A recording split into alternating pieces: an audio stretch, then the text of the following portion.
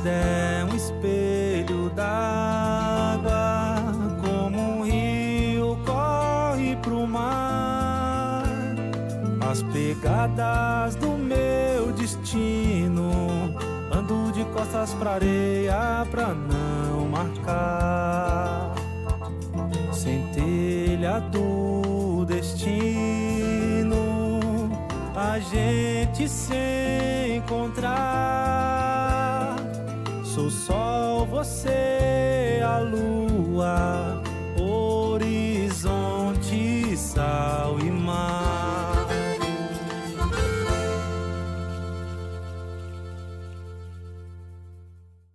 Olá, este é o 5º episódio da série Águas dos Vales.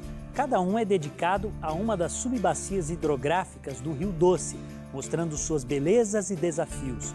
Já estivemos no Piranga, principal formador do Rio Doce, no Piracicaba, que atravessa as cidades formadas no ciclo do ouro, e no Santo Antônio, onde há forte presença da mineração. No episódio passado, visitamos a maior bacia do Doce, em extensão territorial, a do Rio Suaçuí, e conhecemos projetos para reverter a degradação de seus afluentes. Hoje, vamos navegar pela subbacia hidrográfica do Rio Caratinga. Você vai se surpreender com a conscientização crescente entre os produtores rurais. Eles viram na prática como a preservação da água e do solo está diretamente ligada ao aumento de produtividade e, por que não dizer, de rentabilidade. Para se ter uma ideia, um pequeno produtor de café ganhou clientes ao redor do mundo investindo no cultivo sustentável. Vem comigo!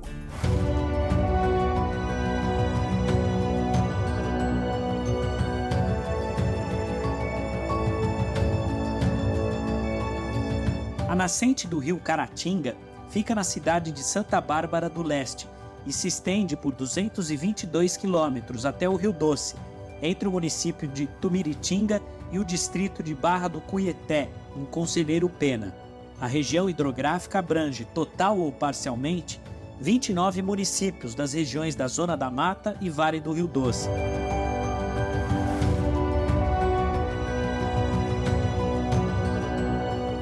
Diferentemente de outras subbacias do Rio Doce, as cidades em torno do Caratinga não se desenvolveram a partir do ciclo do ouro. Os expedicionários foram atraídos principalmente pela fertilidade das terras.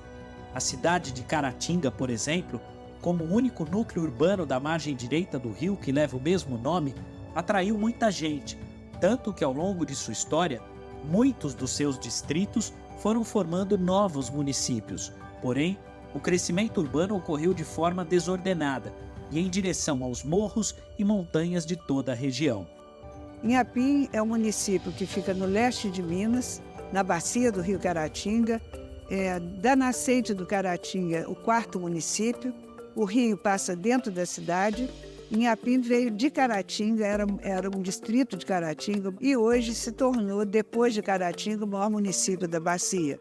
Temos cerca de 900 quilômetros quadrados de extensão e grande, talvez praticamente 8/10 desse município é na zona rural. É um município muito rural de produção econômica.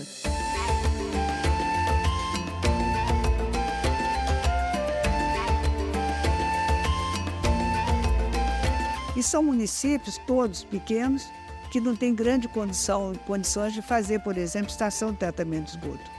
Eu acho que uma das tarefas, talvez, do Comitê de Bacia seja ajudar com que esses municípios consigam deixar sua água limpa, mesmo sendo dentro da cidade. Em 2012, Caratinga foi oficialmente incorporada ao colar metropolitano do Vale do Aço e hoje é a 3ª cidade mais populosa do polo.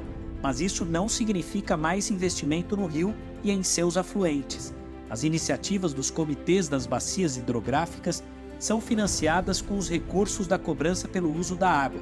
Aqueles usuários outorgados que utilizam a água em sua cadeia produtiva devem pagar por esse uso. Todo o valor arrecadado é obrigatoriamente investido em programas na própria bacia, visando a melhoria da qualidade e da quantidade de água. Por isso, cidades que abrigam grandes indústrias recebem mais dinheiro. Inhapim, Caratinga e Suaçuí, na realidade, são os primos pobres, né? A gente vive de agricultura E nós não temos, com relação à outorga, por exemplo, do uso da água, é praticamente a Copasa que nos fornece todo o recurso da outorga para a gente poder fazer nosso trabalho, né? Então a gente é o comitê pobre da bacia, né?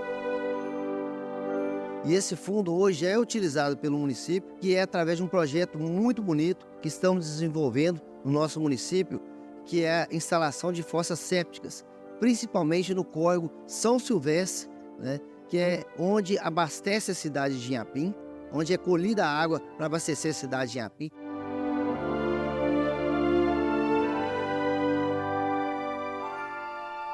A iniciativa Rio Vivo é a junção de 3 programas definidos no Plano Integrado de Recursos Hídricos da Bacia do Rio Doce, sendo esses programas o Programa de Recomposição de Nascentes, o Programa de Expansão de Saneamento Rural e o Programa de Contenção e Redução de Geração de Sedimentos. Esses 3 programas têm como foco o atendimento a imóveis rurais e tem como objetivo a melhoria da qualidade e da quantidade da água dos cursos d'água aqui da Bacia do Rio Doce.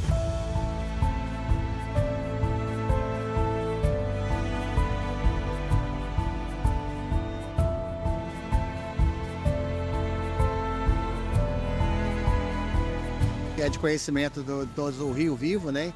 Que é um projeto para recuperação de bacias hidrográficas, e a Copasa também tem o Pró-Mananciais, que é um programa muito semelhante, também de recuperação. Então, são programas que convergem no sentido de melhorar a qualidade da bacia hidrográfica, de recuperar a bacia hidrográfica, com esse viés de preservação e de melhoria da qualidade ambiental. Para não haver uma disparidade tão grande de investimento entre as subbacias do Rio Doce, os comitês de bacias hidrográficas criam estratégias integradas de distribuição de recursos dentro do Plano Integrado de Recursos Hídricos. A construção de estações de tratamento de esgoto é fundamental e até está chegando tarde. Aliás, é um problema de diversos municípios brasileiros, mas sem a conscientização de todos os usuários de água, a instalação do equipamento em si somente ameniza a poluição dos rios. Eu acho que essa região nossa foi muito explorada, quer dizer, a população indígena, por exemplo, praticamente foi embora. Onde ela está, o mais perto, lá em Codicereiro Pena, lá pelo Rio Suaçuí, a nossa região toda, você não vê mais falar em remanescente indígena, e nem quilombola. Quer dizer, você vê que foi uma degradação paulatina, né?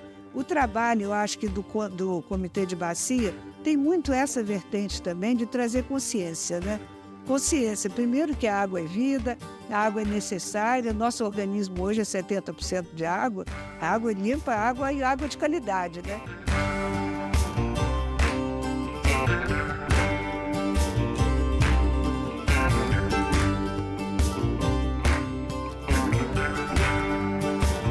O fato de o território da bacia do Caratinga ser constituído de morros e montanhas, aliado ao desmatamento acelerado, tornou a região suscetível a desmoronamentos e enchentes graves. Estamos falando de um problema multifatorial, mas nesse caso, a conscientização do produtor rural faz toda a diferença para reverter os problemas gerados pelo mau uso das águas. Segundo o IBGE, Instituto Brasileiro de Geografia e Estatística, a agricultura familiar é responsável por 70% dos alimentos que são consumidos no Brasil. Dar condições para essas famílias produzirem de forma sustentável é garantir a nossa segurança alimentar.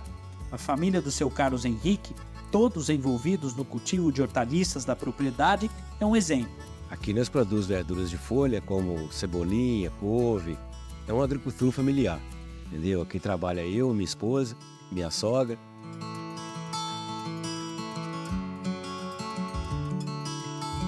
E nós entregamos mais ou menos 300 quilos de couve, entendeu? E é totalmente orgânico, aqui nós só usamos esterco mesmo, entendeu? Não tem adubo, não tem veneno, não tem nada. É um produto da melhor qualidade, porque inclusive nossos filhos comem essa merenda na escola, entendeu? E o Guilherme outro dia mesmo chegou aqui e falou assim: mãe, eu comi banana na escola, deve ser daqui. O seu Carlos Henrique garante que para produzir elementos de boa qualidade é preciso cuidar das nascentes. Para isso, contou com o projeto Rio Vivo, executado com a ajuda do Comitê da Bacia Hidrográfica do Caratinga. Nós recuperamos a nascente aqui e essa água a gente usa ela para casa, usa para aguar a horta aqui, entendeu? E é uma água que todo ano ela faltava, hoje não falta mais.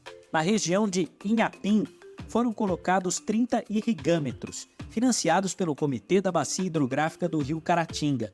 A propriedade do seu Carlos foi uma das contempladas.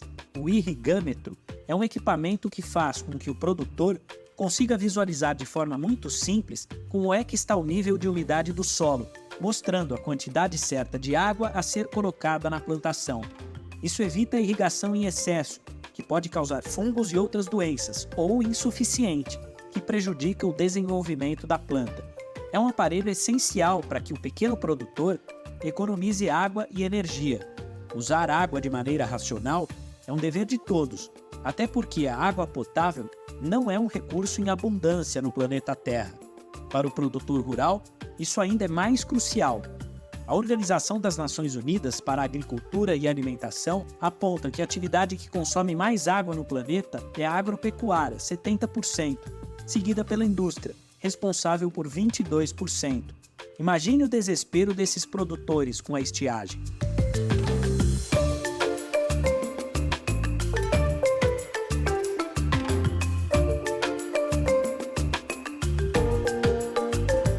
Aqui já teve anos aí que o córrego que passa isso chegou a faltar água, nem deu secar. E aí é uma coisa que impacta todo mundo, né, que precisa da água. Porque sem ela não acontece nada aqui, não tem irrigação, não tem milho, não tem nada. Mas esse foi o passado do Jefferson. Depois da implementação do programa Rio Vivo, associado ao programa Balde Cheio da Embrapa, a realidade dele mudou, possibilitando aumentar a produtividade de forma sustentável.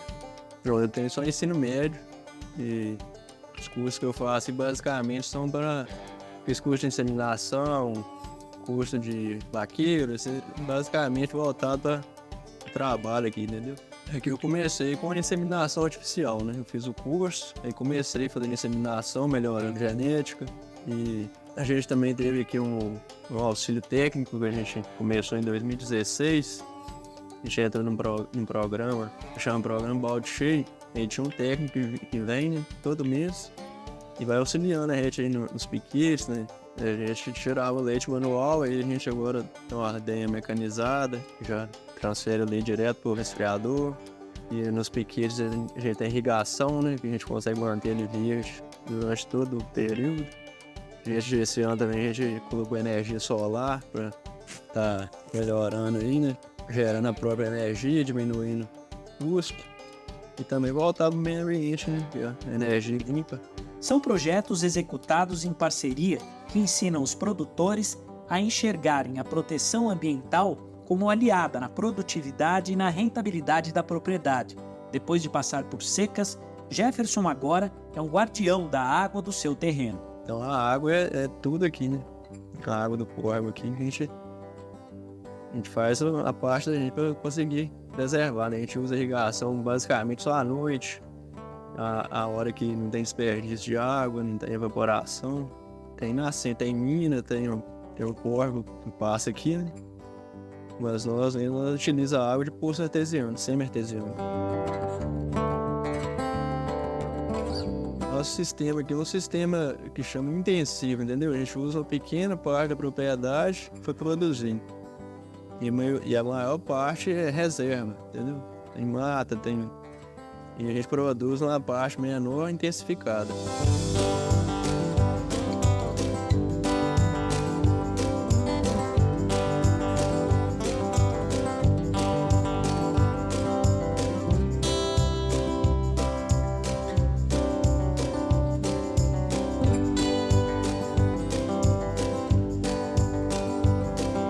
O Rio Vivo, né, eu falo até que é a menina dos olhos dos comitês, né, que a gente primeiro definiu um escopo, né, que a gente pudesse trabalhar diretamente com o produtor rural, que a gente possa ter o produtor rural como um parceiro aí.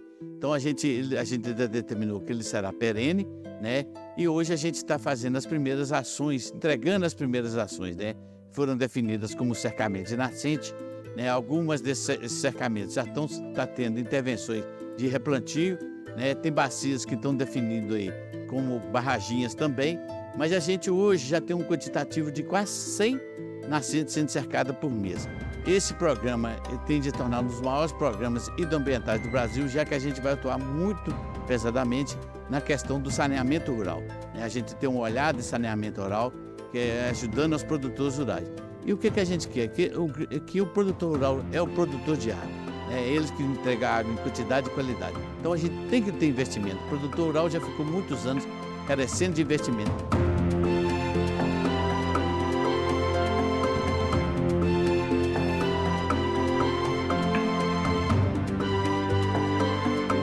No próximo bloco, você vai ver como os produtores com medidas sustentáveis não estão somente garantindo uma quantidade maior de água saindo de suas nascentes, como conseguindo gerar valor para os seus produtos.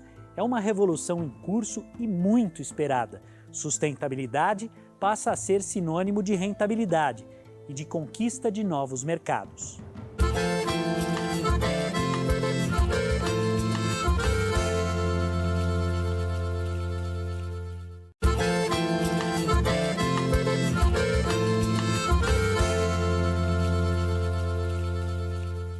Estamos dando os primeiros passos de uma grande jornada pela sustentabilidade, não só das nossas águas, mas do planeta. O desequilíbrio ambiental promovido pelo homem se transformou no aquecimento global acelerado, que ameaça a agricultura e expõe a humanidade a enchentes, estiagens prolongadas e ao degelo dos polos. Iniciativas como o Rio Vivo contribuem para nos afastarmos de um futuro sombrio. Para combater a crise climática, há um movimento muito positivo que gera valor para os produtores que investem no cultivo socioambiental sustentável. A região da bacia do Rio Caratinga tem uma forte tradição cafeeira. Silvio herdou a habilidade para lidar com cafezais de seu pai e hoje toca com a família a sua produção.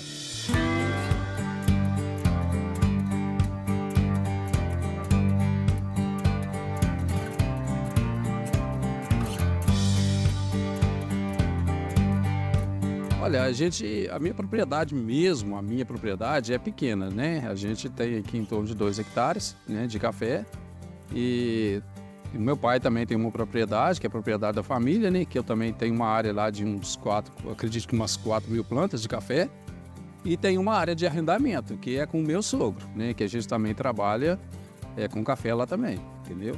É só eu e minha família, eu, meus 2 filhos e minha esposa, é a gente que trabalha, ela cuida da casa, ela cuida da casa dos pais e ainda vai para a lavoura, né? A gente mexe com...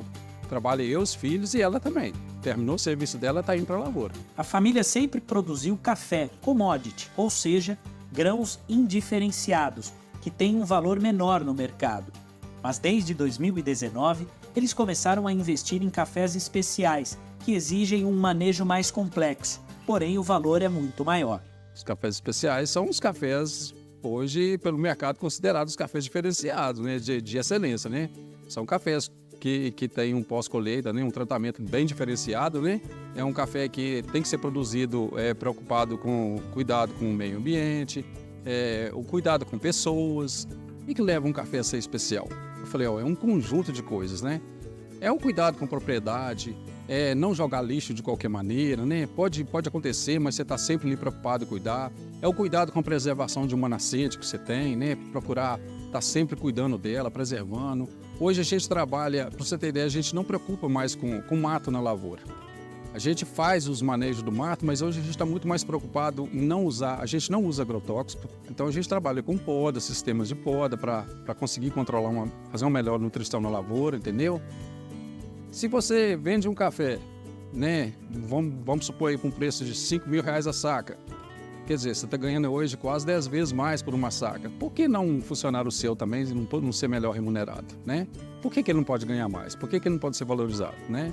Mas o café especial está muito... O café, o fruto do café, ele é especial porque você vai colher o grão no momento certo, né? Uma maturação adequada. Você vai levar esse café, você vai lavar esse café, vai separar todo o grão boia desse café, selecionar grãos verdes, né? Esse café ele pode ser feito natural, tá? Sem fermentação, e pode ser feito com fermentação. Então a gente pega esse café, leva esse café, no nosso caso a gente trabalha com fermentação, aí a gente lava esse café, coloca na bancada, seleciona todos os grãos verdes, grãos que estão imaturos, né, que ainda não chegou no ponto ideal, e a gente pega esse café e leva para o bombom, né?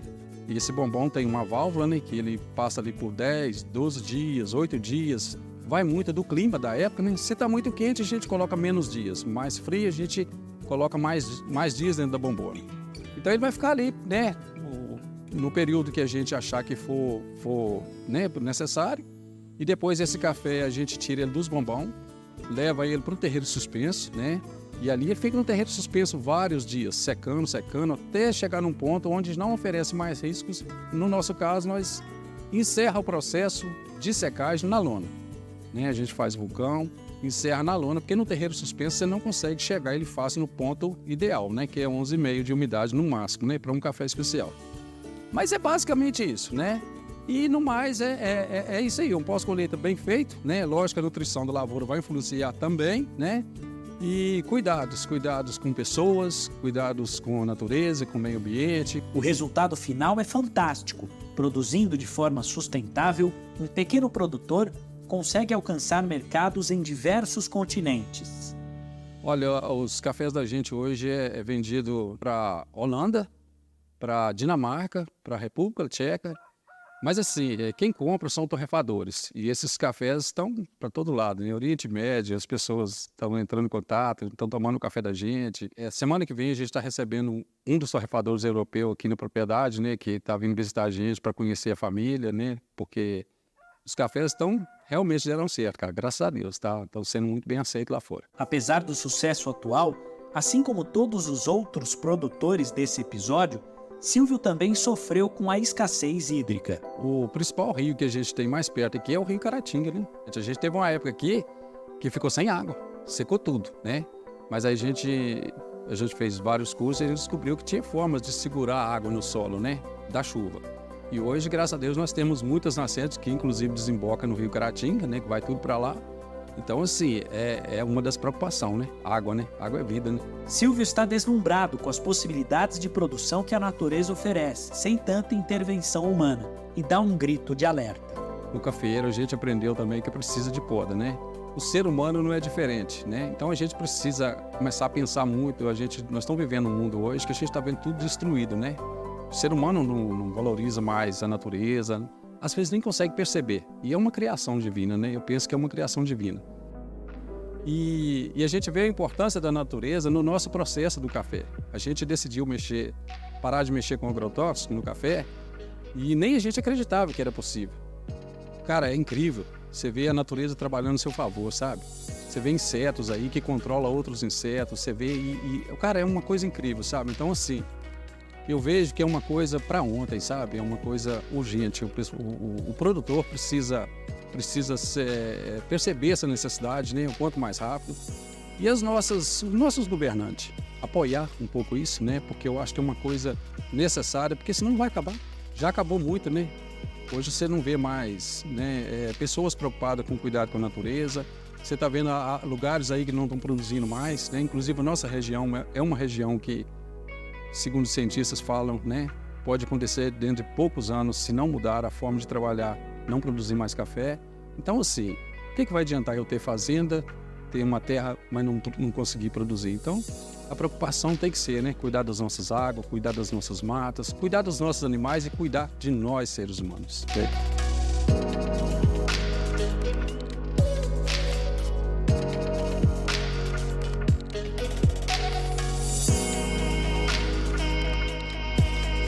Nosso município é cercado pelos rios e a gente desfruta desse rio. O benefício da agricultura, da agropecuária é extremamente importante pelo nosso município, porque é de onde vem a arrecadação, onde vem o desenvolvimento do nosso município. E nós recebemos essa terra perfeita e natural, com o ciclo da água funcionando, o ciclo do oxigênio funcionando. Na medida que o homem entrou na jogada, a gente começou a questão das poluições visuais, a poluição sonora, a poluição...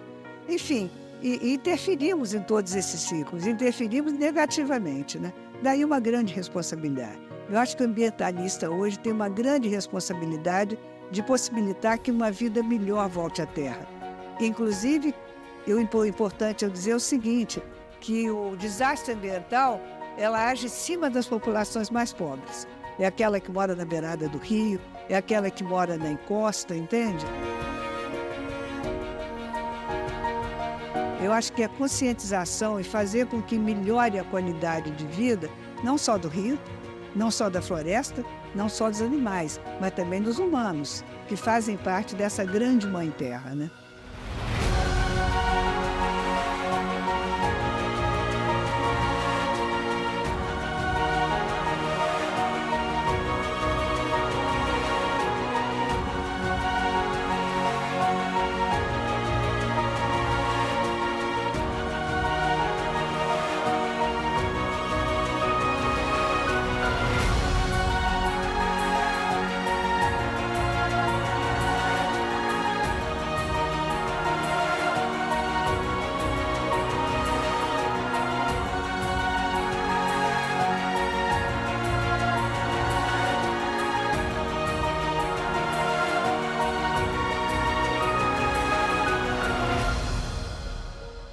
A participação de todos é fundamental para a preservação dos nossos rios.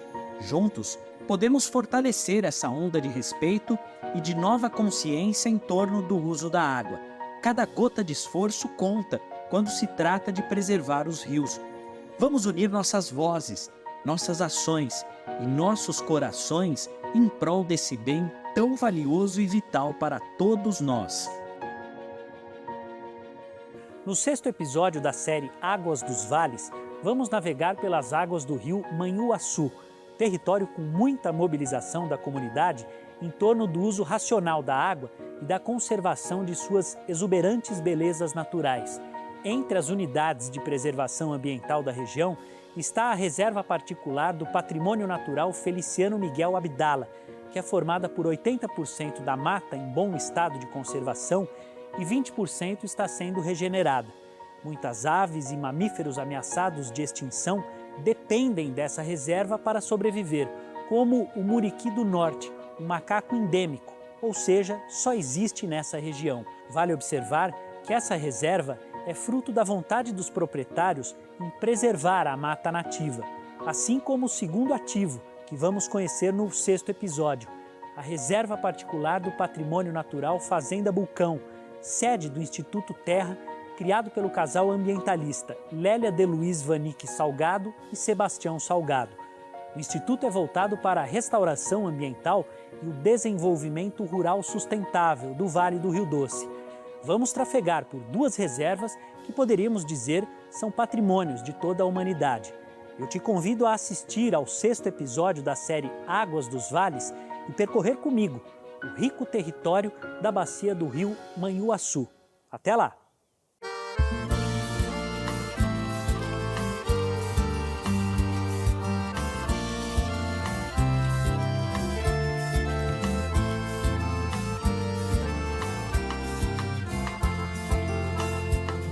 A vida é um espelho d'água, como um rio corre pro mar. As pegadas do meu destino, ando de costas pra areia pra não marcar. Centelha do destino, a gente se encontrar. Sou sol, você a lua,